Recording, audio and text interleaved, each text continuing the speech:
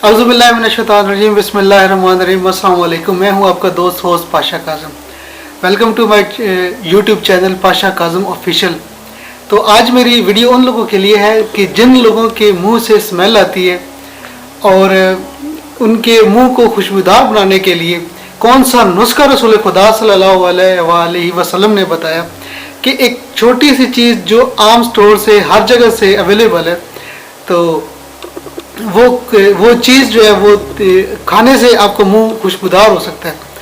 अल किसास book का नाम है, पेज 416 में रसूल खुदा सल्लल्लाहु अलैहि वसल्लम फरमाते हैं कि एक खजूर है जिसका नाम जो है वो मैं नीचे मेंशन कर दूंगा। खुदा सल्लल्लाहु अलैहि वसल्लम वो खजूर का जो है वो बताया कि खजूर बुरहानी के खाने से आपके मुंह को उसके मुंह से आपके जो है ना वो जो स्मेल है, बदबू है, वो ख़त्म हो जाए और मुंह आपका खुशबूदार हो जाएगा।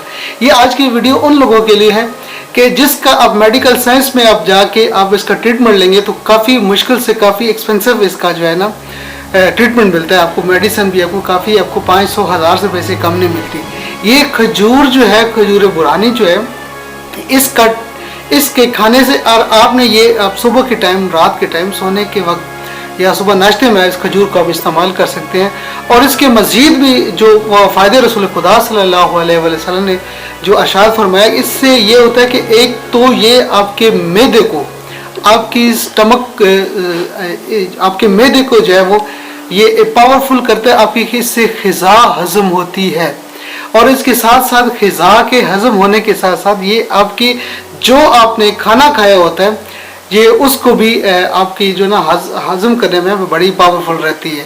तो मैं उम्मीद करूँगा कि आप आज का लेक्चर, आज का टॉपिक आपको पसंद आएगा।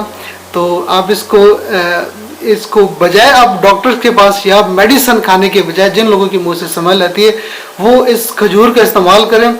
तो इसके साथ साथ आपकी जो मसल्स जो है और भी जो अंदरूनी पावर्स हैं, जो ताकत है, वो इससे भी आपको वो भी मिलेगी। स्पेशली ये जो रसूल खुदा सल्लल्लाहु अलैहि वसल्लम ने नुस्खा बताया, इससे स्पेशली आपका मैदा पावरफुल होगा, दूसरा आपके मुंह से खुशबू आएगी।